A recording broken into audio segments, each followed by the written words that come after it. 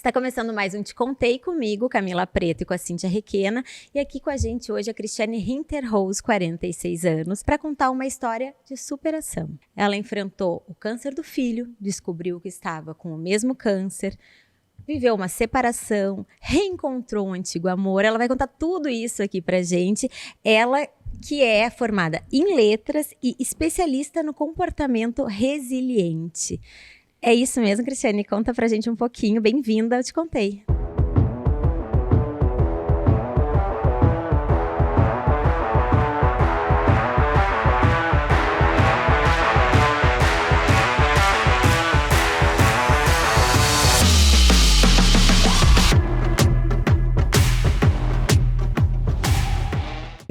Obrigada, Cíntia.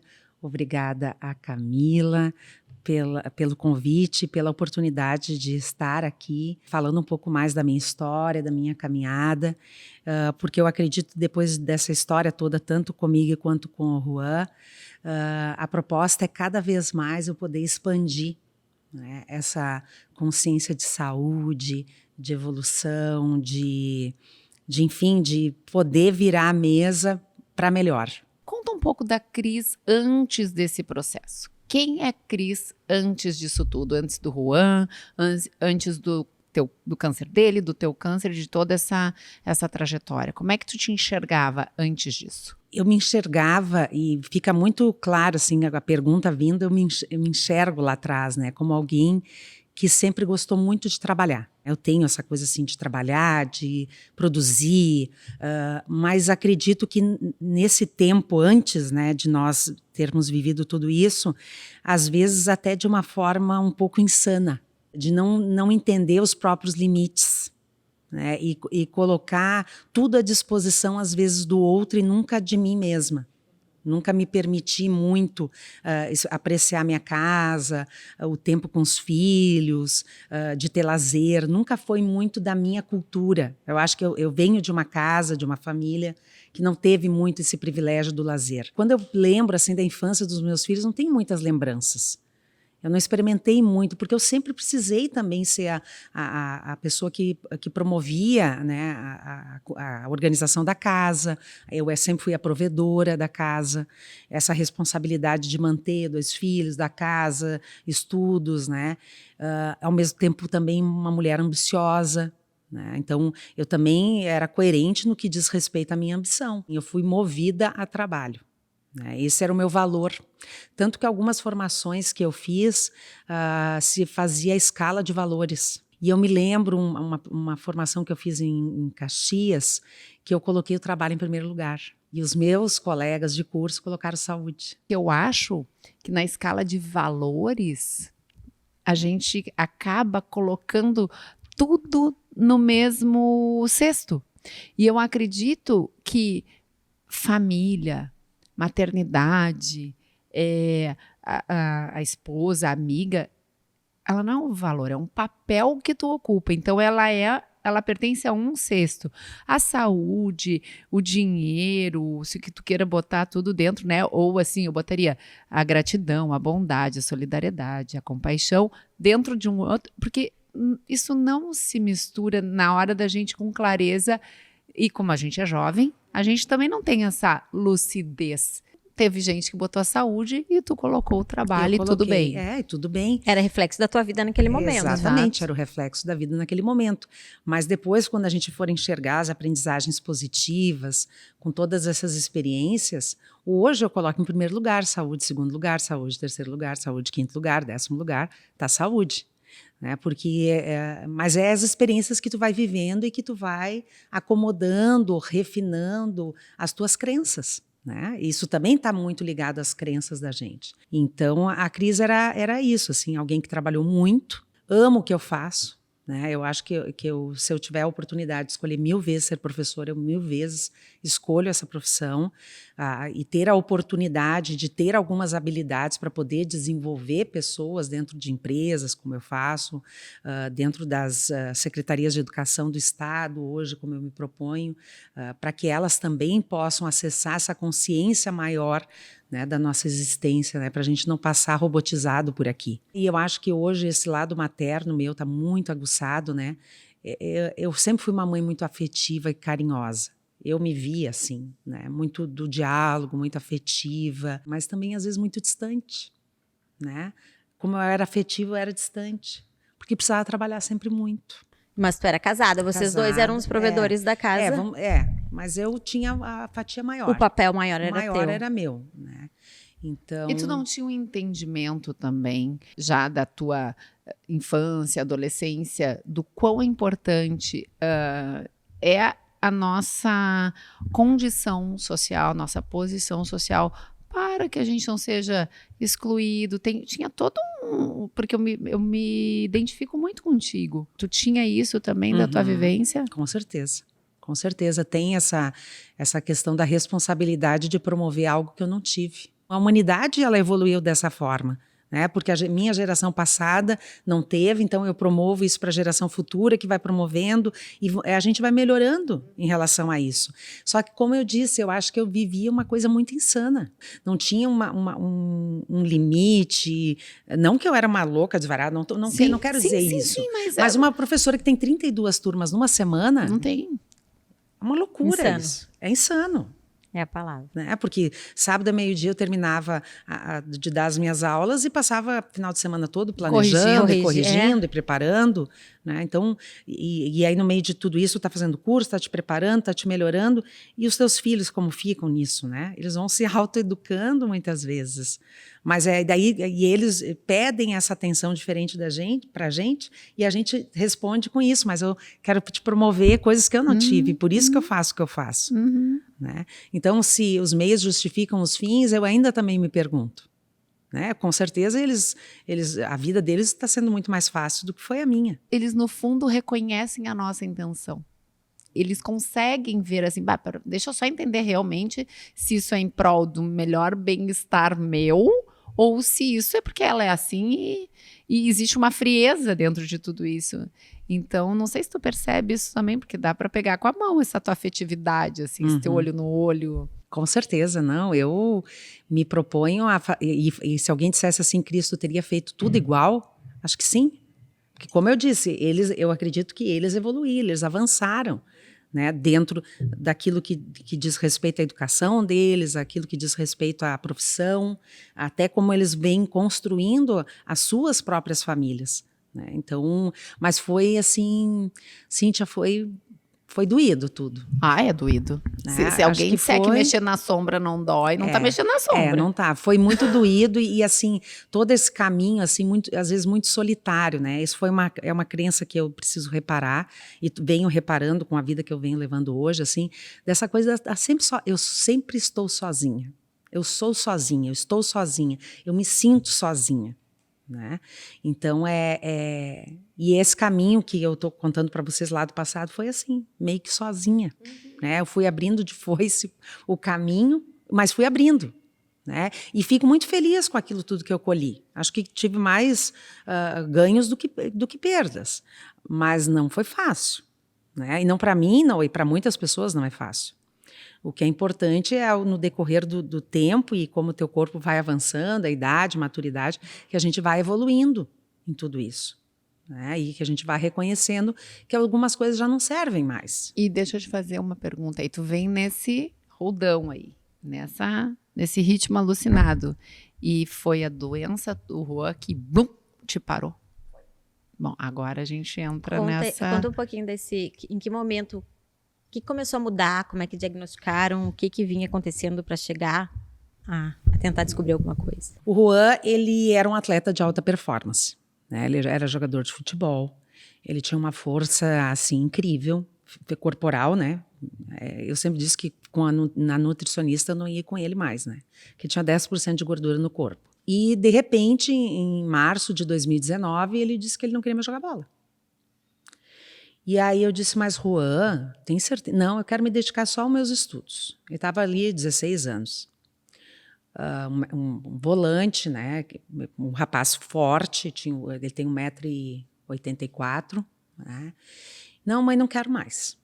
E eu sou muito de respeitar a decisão do outro. Assim. Questionei, mas não questionar de ficar instigando. Não, eu disse, não, mas tu realmente...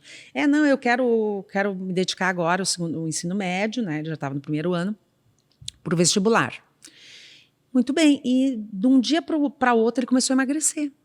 Emagrecer, começou a ficar pálido, muito pálido, daqui a pouco começou febre. Levei para o médico. Médico, virose. Vamos para um antibiótico. Tomou antibiótico, febre continuava, emagrecimento continuava, começou sudorese noturna. E a gente sentiu o batimento cardíaco nele, assim, dele. Era visível, assim. E aquilo foi, enfim, em 17 dias eu passei por 3 médicos. 2 dizendo que era virose. No terceiro, a partir de um raio-x, identificaram Hodgkin estadiamento 4. Ou seja, final de linha. Explica isso um pouquinho, assim, pra gente que é ignorante nisso. O linfoma de Hodgkin, eles são por estágios. O 1 é melhor pegar no início, que seria o 1, e o 4 porque tomou conta. Né? O 4 é o último estágio do câncer. Febre constante, manhã, de tarde, de noite, uma fome absurda. Né? Ele tinha muita fome, óbvio, batimento cardíaco estava muito acelerado. E falo também como leiga, assim, o que eu sei é como mãe, assim, né? E aí, isso foi 1º de maio de 2019, ele já estava fazendo, então, a biópsia, né? E a gente já estava identificando, então, que era um câncer violento, agressivo. Aí uma pneumologista em Novo Hamburgo entrou com antibiótico, porque a imunidade dele já estava muito baixa, para não ter nenhum tipo de infecção, nada. E só que aí foi negada a ajuda, né? Foi negado o tratamento pela Prefeitura de Novo Hamburgo, pelo SUS. E aí eu fiz as interferências legais. Enfim, em 15 minutos das interferências legais até o agendamento durou 15 minutos. Foi só o trajeto da prefeitura até o posto de saúde de Novo Hamburgo, do bairro Primavera. E ele internou como a doente mais grave do Hospital de Clínicas. E como é que é para uma família receber esse diagnóstico aqui? Que 20 dias atrás era uma vida? Para nós, assim, para mim foi, eu até falo no meu livro agora que depois a gente vai comentar, é como se o chão tivesse caído né, tivesse saído dos meus pés. E mais do que isso, vinha uma sensação de, sabe quando tu tá anestesiada? Assim, mas eu não podia parar. Claro. Eu não podia parar. Nem parar para pensar. Nem para pensar. Não podia parar para pensar, eu precisei seguir com ele. Precisou agir. Era só ação. Não tem muito o que fazer, né? E aí ele foi internado, nós levamos todos os exames, tudo já pronto para o Clínicas, para a gente ganhar tempo, né? Porque se chega no Clínicas com uma febre... Clínicas de Porto Alegre. Se chega com uma febre, com esse diagnóstico, o que eles mandam para casa? Mandam fazer exames, né? E só que esse era o tempo que ele poderia morrer. Nós não tínhamos. Então, em 15 minutos, nós chegamos, a doutora Simone, que, aliás, o Hospital de Clínicas é fabuloso, eu agradeço quando eu passo, assim, eventualmente por lá, seja para a consulta do Juan ou para passear, eu digo obrigado, Senhor. Passei agora esses dias, né? Eu disse, obrigado, Senhor, por vocês existirem aqui, né? Porque o Juan disse assim para mim, então o que eu tenho é tratável? Ele perguntou, né? Sim, é tratável. Isso em Novo Hamburgo. E quando a gente chega no Clínicas para internar ele entrou em desespero. Foi o único momento que ele entrou em desespero. E aí a médica disse para ele, vão comer algo. E aí quando abri lá, 1h30, né, para fazer a internação. E aí nisso eu puxei ele para o corredor, disse, Rua, vamos comer algo. Daí ele começou a chorar, e eu sou muito de respeitar as emoções, deixei ele chorar o tempo que for necessário, que fosse necessário, para ele aliviar. E eu disse, meu filho, olha todas essas pessoas que estão descendo essas escadas, passando pelos corredores, consegue observar eles? Consigo. Todos eles estão lutando para vencer essa guerra. E tu, meu filho, já vai entrar ganhando, porque tu tá com todas as condições de vencer. E quando tu olhares para o teu lado, a mãe sempre vai estar te olhando. Seja 8 horas da manhã, meio-dia, meia-noite, 1 hora da manhã. Então a mãe vai estar sempre, sempre, sempre do teu lado. Tu não precisa te preocupar, porque em nenhum momento tu vai te sentir sozinho. E aí a gente começou uma luta muito grande. Aí foram 300 horas de quimioterapia. Ele ficou quanto tempo internado?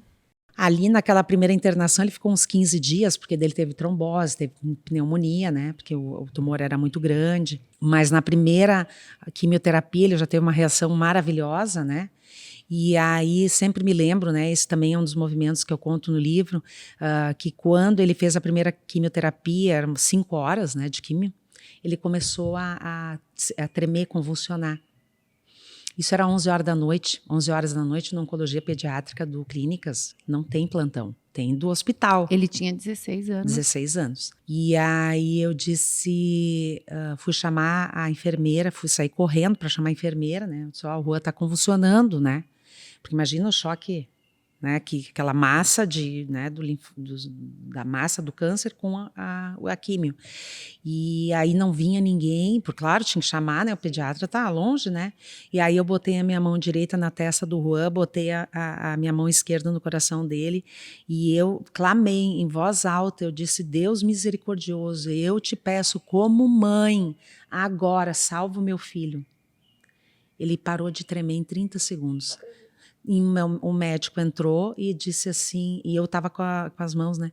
E o médico disse assim, o que está acontecendo? Eu disse, doutor, está tudo bem, quem precisou estar aqui já esteve. Nunca mais ele teve nenhuma reação. E daí eu disse pro Juan, daí nós dormimos de mãos dadas, porque tu tem uma poltrona assim do lado, né? Daí eu arrumei a poltrona e dei a mãozinha pro Juan, daí eu disse assim para ele, disse, Juan, nós vamos dormir igual a anjos hoje.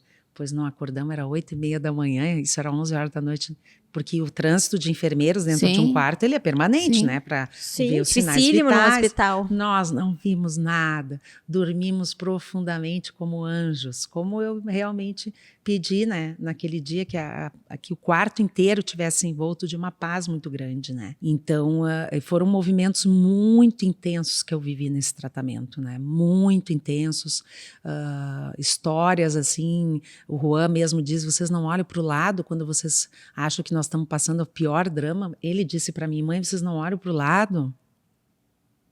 Então, assim, como é que um adolescente, estagiamento 4, tomando direto muita química dentro do corpo, tem essa capacidade intelectual, emocional, espiritual, de olhar nos teus olhos e dizer assim, vocês não olham para o lado. Tem gente muito pior do que eu, e ele era o paciente mais grave.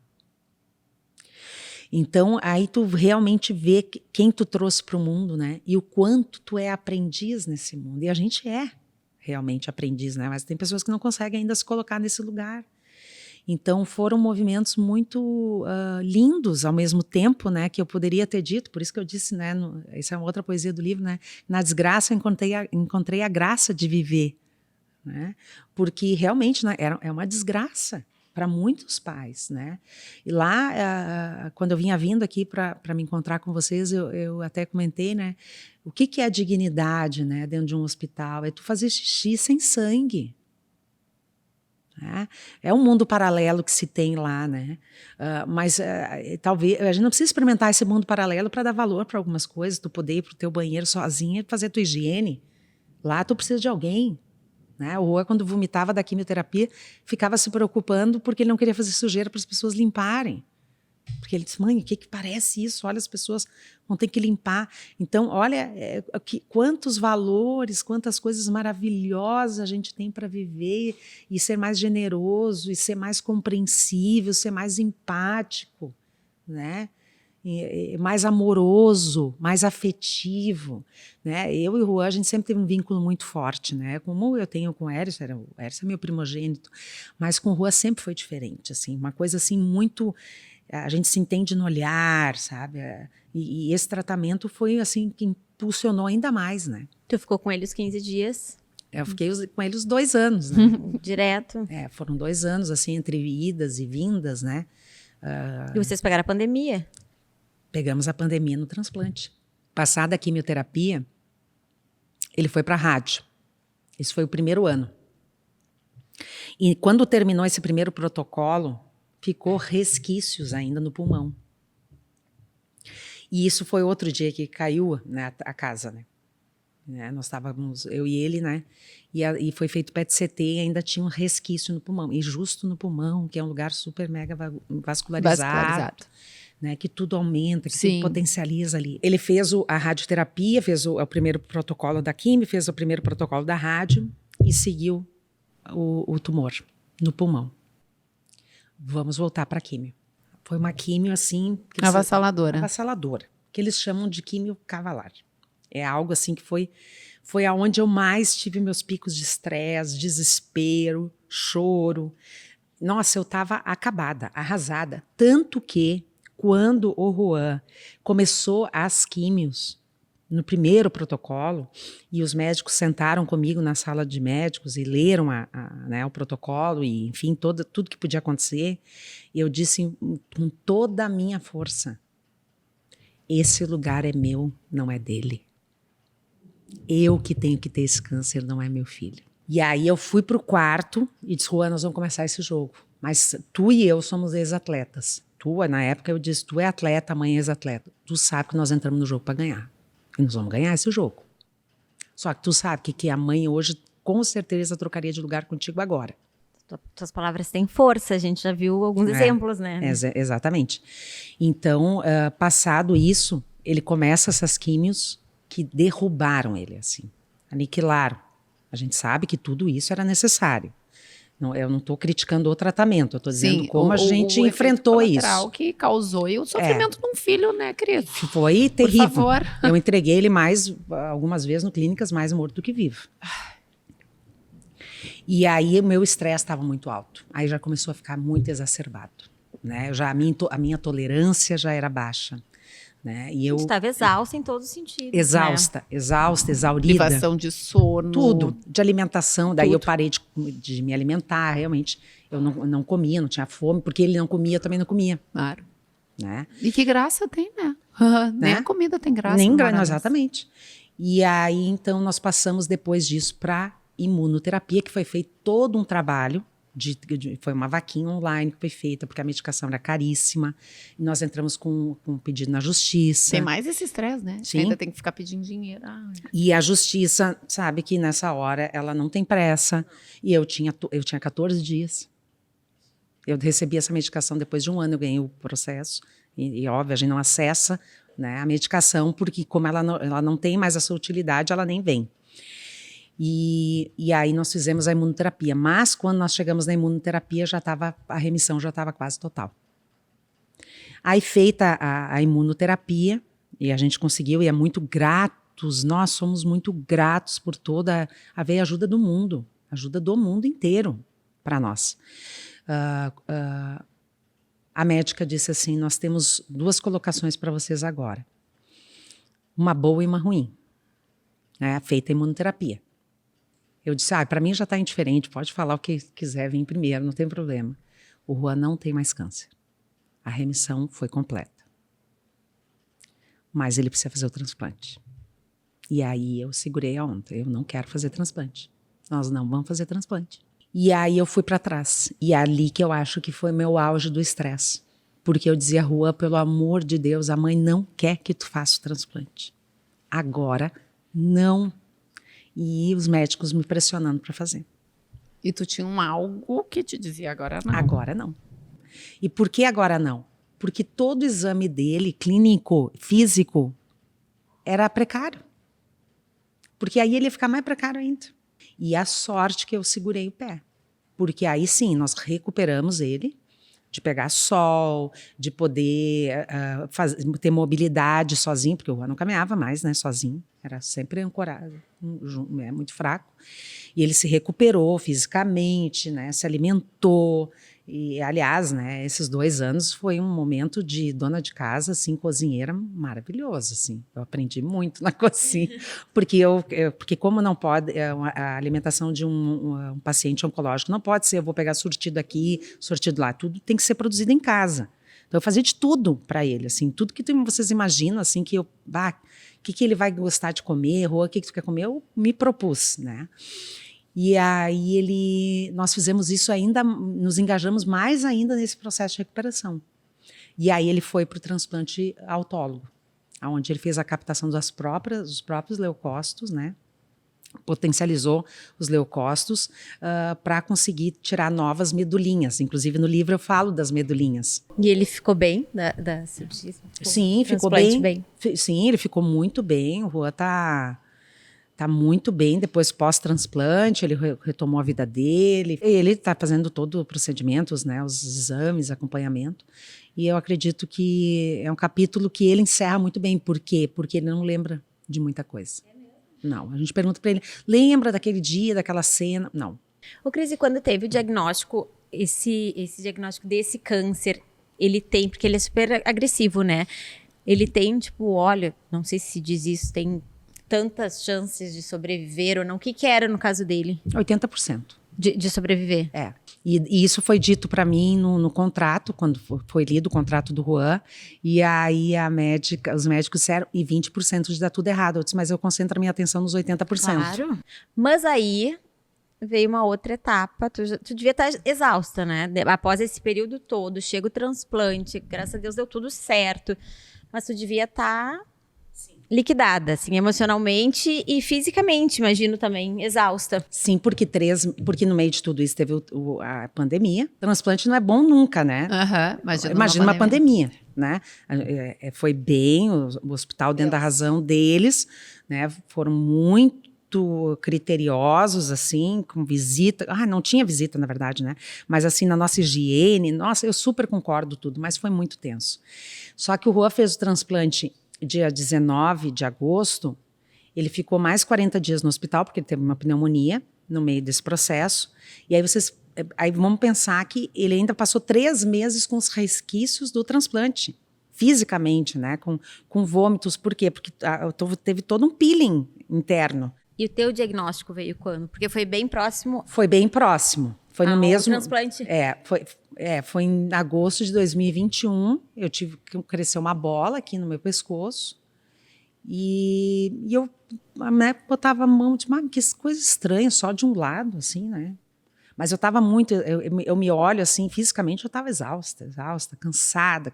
Porque eu não parei no meio, nunca parei de trabalhar. Eu sempre precisei dar conta de trabalhar. Nunca. Saía do hospital e ia trabalhar, né? Trabalhava dentro do hospital, sempre. E aí eu fui no médico, o médico achou estranho também, vamos fazer alguns exames. Fiz todos aqueles exames para câncer, né? Fiz o câncer de mama, todo, né? Que tinha mamografia, aliás. E aí o meu PCR estava muito alto. E eles vamos consultar essa bola aí que tem aí. Só que em 3 horas eu já estava num especialista. E o especialista no toque disse, aqui tem vida independente. Mas eu não quis saber muita coisa, não. Fui fazer o tal dos exames, fiz aqui em Porto Alegre. E voltei para o oncologista do meu filho, para quem vou apresentar esses exames. Fui para o oncologista do meu filho, disse, precisamos fazer uma biópsia. Aí fui para o hospital fazer biópsia. E aí quando vem o resultado, já um pouquinho antes do Dia dos Professores, por isso que eu sempre guardo, foi antes do dia 15 de outubro, também estava com Hodgkin. É o mesmo câncer, ele não é genético, só existem 3 casos no mundo, na mesma família, terem esses casos, porque ele é quase que um transplante de doença. É assim que os médicos, inclusive, né, falaram, foi um transplante da doença. E naquele dia eu olhei para o céu, assim, o médico na minha frente, aí tinha umas janelas, assim, né? E eu olhei assim, e eu disse, Deus, o que eu não aprendi ainda? O que tu quis me ensinar que eu ainda não aprendi? Eu voltei de Porto Alegre, Novo Hamburgo, desesperada. Eu entrei dentro de casa, eu me emociono ainda. E o meu filho disse para mim, eu falei, né, pro Juan, né? E ele disse para mim assim, agora tu vai honrar o teu nome e teu sobrenome, mãe. E tu vai levantar a tua cabeça, tu vai te tratar. Mas ele me disse isso com uma força, com uma certeza, uma intensidade, uma certeza, assim, que eu sempre digo, né, que o Juan deve ter, assim, algumas vidas já dentro dele, porque, né, para algumas coisas ele tem uma maturidade, assim, uma força, uma responsabilidade. Aí no início de dezembro eu comecei o meu tratamento, mas eu não queria começar, porque eu acho que ali eu desisti. Se eu não tivesse o Juan e o Erison, com certeza eu teria desistido. E o corpo ele é tão inteligente que na primeira quimioterapia, quando eu botei o catéter, eu passei 3 horas dentro, né, do box para fazer a quimioterapia e o catéter não funcionava. E o Juan sentado do meu lado. E eu dizia, Juan, esse lugar não é para ti. Eu não quero que tu participe disso. Tu já vem de algo tão intenso, não quero que tu participe dessa história. E aí eu fiquei 3 horas, eles ficaram tentando de todas as maneiras o catéter. E não, ele estava trancado. E aí nisso, e eu desesperada, sinceramente, foi o momento que eu me desesperei, assim, eu chorava compulsivamente e eu queria desistir. E eu acho que a gente deve sempre primar pela vida, proteger a vida, mas eu sou muito do livre-arbítrio também, sabe? Eu acho que eu estava no meu direito de querer desistir. Pelo menos naquele momento eu estava querendo desistir, né? E aí os médicos me mandaram para casa. Aliás, antes de passar no outro médico que fez o catéter, pediu para que eu passasse lá e eu não passei, eu não fui. Eu disse pro Juan, vamos para casa. A mãe quer ir embora para casa, preciso descansar, porque eu estava 3 horas chorando, eu estava exausta. Não queria mais ninguém me mexendo em nada, em catéter. E aí, no outro dia de manhã, eu peguei o carro sozinha e eu fui pro hospital e liguei pro médico, só me espera aí. Eu não queria ele participar. Claro, não Claro. queria. Lutou tanto para esse filho não sofrer, vai fazer o seu filho sofrer mais e ainda por responsabilidade tua? E aí o doutor Compreensível. disse assim para mim, como esse catéter não está funcionando? Em 30 segundos ele estava funcionando. Eles fizeram assim, tum, funcionando. E ali eu decidi, não, eu vou me tratar. Aí eu saí direto do hospital, fui para o lugar onde eu fiz a quimioterapia, mas foi muito difícil. Foi E muito teu difícil. esposo estava onde nesse momento? Não sei. Teve essa é uma situação... Não, ali foram 5, 6 dias depois do diagnóstico ele foi embora. Pois então, essa é uma passagem, né, que a gente estava conversando até aqui, que eu fiquei impressionada, é um momento delicado de todo esse processo difícil que tu viveu e o quanto eu soube que isso não é incomum com mulheres que estão atravessando um câncer. Eu fiquei abismada mesmo, eu não sabia desse dado, fiquei bem impressionada. Eu queria que tu falasse um pouquinho sobre isso, que depois tu comentou, né, que inclusive ouviu alguns relatos. E como é que isso aconteceu? Vocês estavam casados o quê? 21 anos. A gente já tinha passado pela história do Juan, né? E nessa história do Juan, ele já tinha saído de casa. E pelo Juan ele voltou, então, vamos dizer que ele tenha voltado. É uma coisa muito triste, assim, quando tu passa a vida do lado de uma pessoa e no momento em que tu acha assim, agora eu vou ter, né, a parceria que eu sempre fui, né, porque daí isso foi um do relato dos médicos também, que é muito comum os homens abandonarem mulheres doentes. E o mais interessante que esse médico comentou comigo, e tão comum quanto, é as mulheres separadas trazerem os seus maridos, os ex-maridos doentes, e cuidarem deles. Tu vê a diferença.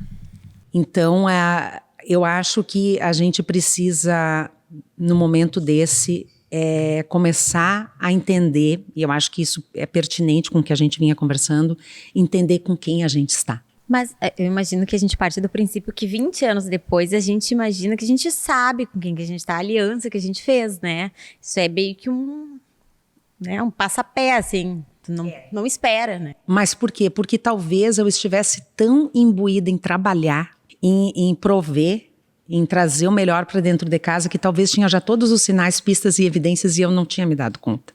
Para chegar nesse ponto é porque muitas coisas já aconteceram. Só que eu não tinha tempo para observar isso, para ver isso. Então, isso que as mulheres precisam se dar conta. E jamais deixar de se tratar por causa de um homem, ou por causa de um marido, por causa do namorado, sei lá o quê. E aí alguém me pergunta assim, mas Cris, como é que tu passou por cima, como é que tu conseguiu dar conta de tudo isso, né? Porque eu tinha recursos internos dentro de mim. Sempre me desenvolvi em várias linhas do desenvolvimento, né? Eu tratei tantas pessoas dentro da programação neurolinguística, trabalho com a própria especialidade do comportamento resiliente. Mas isso é uma coisa que tu falou que eu queria entender, tu não acabou explicando, que tu falou que as pessoas esperavam de ti o que tu falava, né, sobre a questão de ser resiliente e tal, mas que para a Associação Brasileira de Resiliência, isso não é ser resiliente. O que é ser resiliente? É a gente conseguir se adaptar a situações desafiadoras dentro de uma mente estratégica.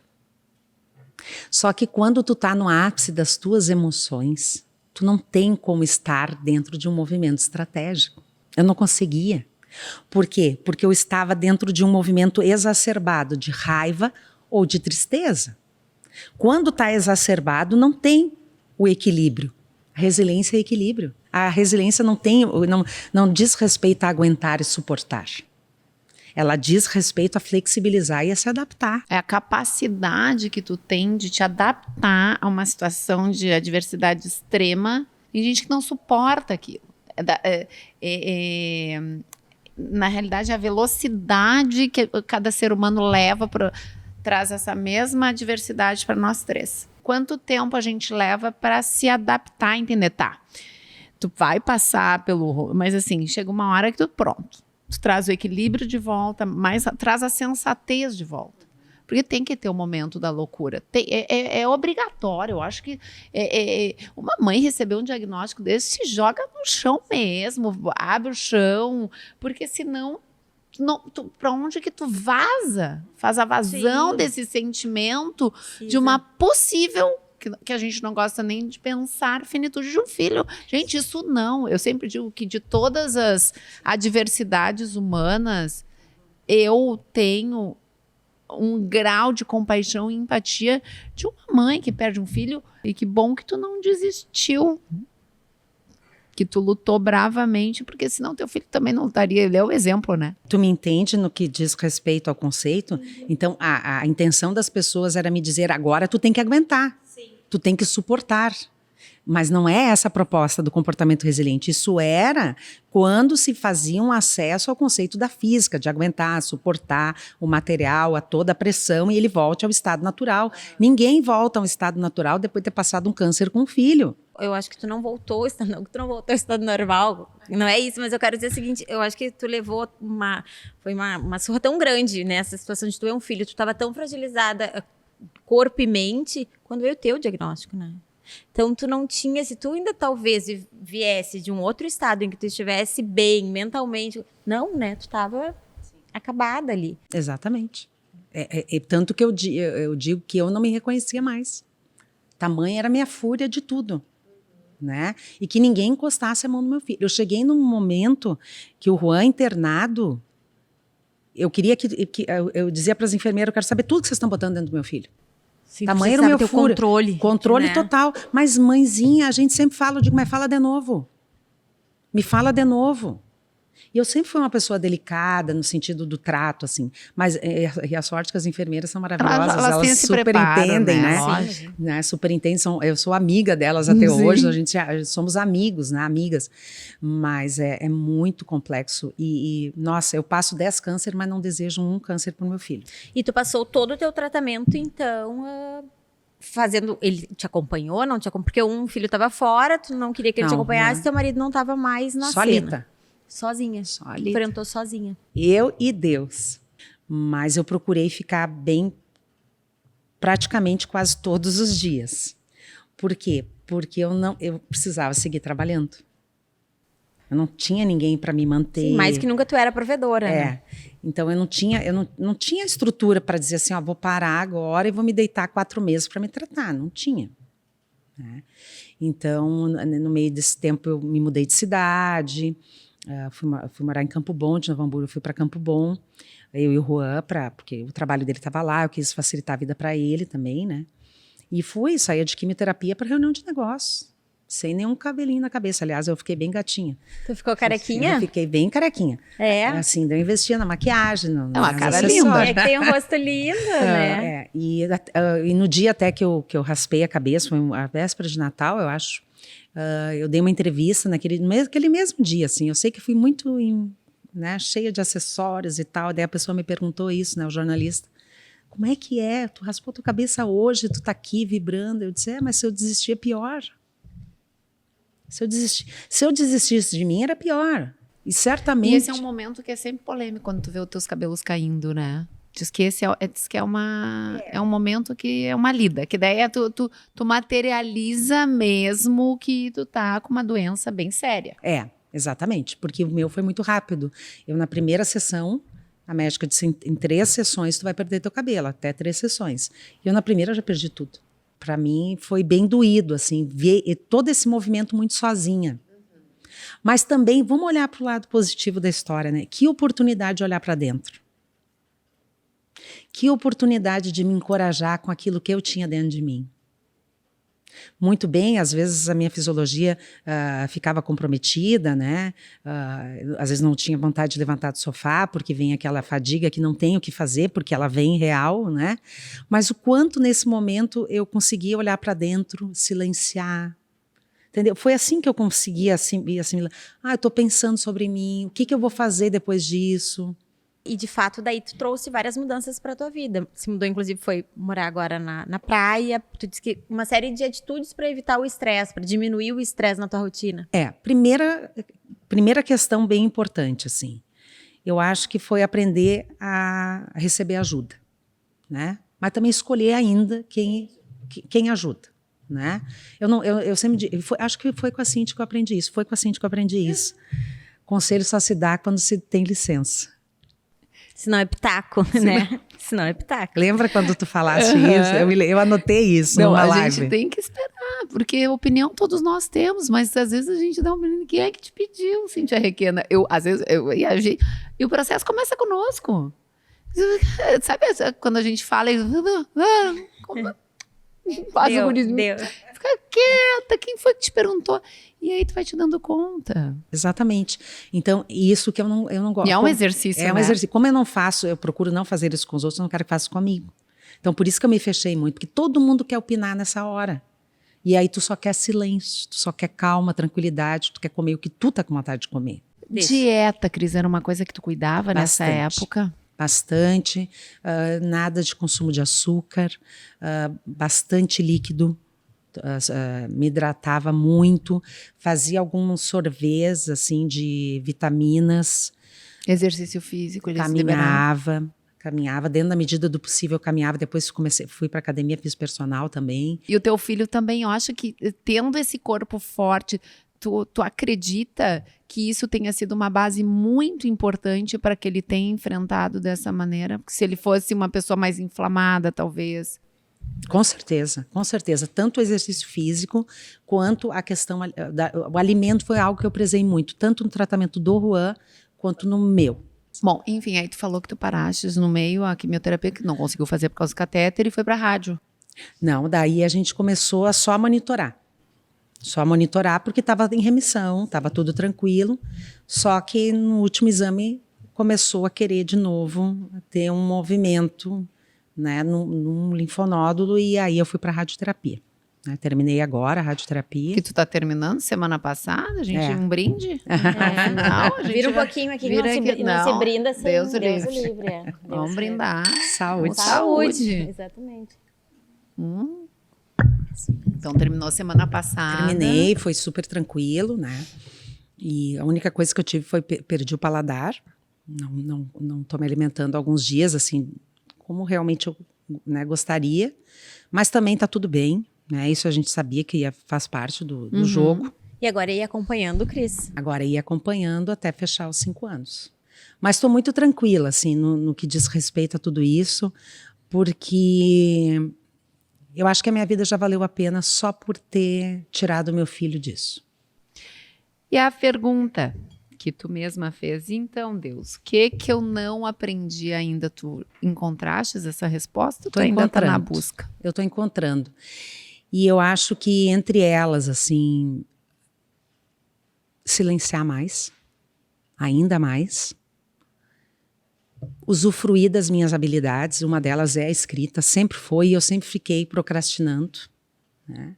Puxa vida, a minha vida toda eu sempre escrevi para os outros, nunca escrevi para mim, né? Sobre as minhas coisas, e ser menos reativa, né? Recuar, continuar selecionando aquilo que me faz bem, boas músicas, apreciar o barulho dos passarinhos, eu amo flores.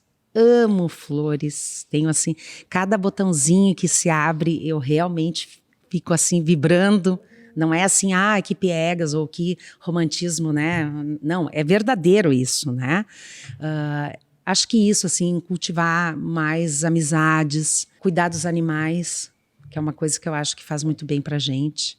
eles são tão verdadeiros, né? E é um amor tão verdadeiro, é um animal irracional, e eu, enquanto racional, me curvo a ele, né? Contemplando esse amor. E a natureza, né? Deixar ela vir e fazer o seu trabalho, né? E deixar ela fluir, porque ela flui, né? Tudo acontece naturalmente, aprender com ela. A gente está se encaminhando para o fim aqui, Cris, mas tem duas coisas que não dá para a gente não falar. Uma delas, eu quero que tu fale, né? Porque todo isso que a Cris passou, e aí agora ou faz pouco tempo, conta aqui pra gente, tu reencontrou um antigo amor, é isso? Que tá aqui com a Cris, inclusive. Conta um pouquinho dessa parte gostosa aí. Eu acho que isso foi assim um presente, sabe, de Deus, assim. Reencontrar algo lá do meu passado, lá da minha juventude, né? E a gente poder ter essa oportunidade agora com outra cabeça, mais maduros, com vivências, tanto ele quanto eu, intensas, mas de muitos aprendizados, para que a gente possa agora se encontrar e ter essa harmonia dentro dos nossos valores, que são muito parecidos, né? Quando a gente conversa, e a gente conversa bastante, isso é uma coisa que é fundamental dentro da relação, né? Dentro das relações a gente tem esse diálogo.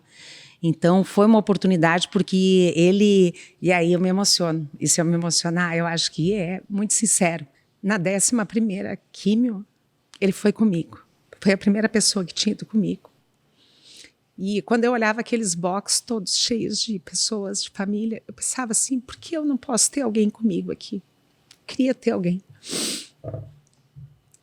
E aí ele agradeceu aos enfermeiros e todos os profissionais que estavam ali pela minha vida, por terem cuidado de mim. Então a gente às vezes experimenta algumas coisas e Deus é tão maravilhoso que te traz outras em contrapartida, que eu achei que eu estava ali, né, perdida naquele mundo, né, e perdida naquela doença, perdida naquela escassez, né. E aí veio ele, assim, tão amorosamente, agora, todos os dias na quimioterapia, né? Vibrou comigo quando eu saí da rádio, né? Acabou, né? Acabou. E eu queria tanto que chegasse esse dia, né? Que alguém vibrasse comigo. Acabou, né? Então, eu acho que Deus está sendo muito generoso comigo. E como é que vocês se reconectaram, assim, nesse... As milagrosas redes sociais. Ai, que bom. Foi sumida. Eu tenho há controvérsias aqui dentro de mim. O quê? Eu acho que a palavra da Cris tem muita força. Porque ela pediu. É verdade. Tu pediu mais um pedido. É verdade. Eu pedi um lencinho agora aqui pra ti. Tu pediu. E o universo, ele é muito generoso. Eu sempre digo, o universo, ele é muito generoso. Ele só não consegue discernir o bom do ruim. Ele só devolve. E tá muito claro que tu tem que ter muita gentileza, muito amor na tua palavra, porque ela tem muita força. A gente vem do mesmo lugar, né, que é Venâncio Aires, né, que praticamente toda a minha vida eu vivi lá. Meu pai era de lá, né. E aí a gente tinha mais ou menos os mesmos circuitos de amizade, frequentava os mesmos lugares. E a gente acabou ficando junto, só que na época eu acabei indo embora de Venâncio, e daí a gente se desencontrou. Então acho que nós dois somos duas pessoas que a gente tem muita força, tanto ele quanto eu, e a gente tem esse compromisso do bem, né? O do bem, porque o Luciano é uma pessoa bondosa, generosa, proativo, dinâmico, né? E eu acho que isso também faz parte de mim também. Então, juntos, a gente se torna uma força, né, muito grande para fazer uma vida, para viver uma vida que realmente vai valer a pena. E que era o que tu estava precisando, né, Cris? Ambos são foguete. Ninguém trabalha mais com âncora. Amém. Por favor, sai pra lá, Exu. A Cris vai lançar, então, um livro, que é um livro de poesias que relata um pouco desse momento dificílimo que ela passou com o filho, até saber o teu diagnóstico, né? Ele é um livro que vai até aí. Não, ele passa por mim também. Passa por ti também. Então, passa é um livro que conta em forma de poesia, que já é uma abordagem completamente diferente. E pra gente terminar aqui, Cris, eu gostaria, não sei se você quer complementar com alguma coisa, que a gente encerrasse daqui a pouco com um poema que tu acha que simboliza um pouco desse momento, que, se tu puder ler pra gente. Claro, vou amar. Claro, com certeza. Esse poema, ele finaliza, então, o livro, né, que diz recomeço. Ao Criador, meus passos e espaços, pelas experiências profundas, inunda com doçura a mensagem. Os ciclos se encerram, para a abertura de novos. A remissão aconteceu, o orgulho desapareceu.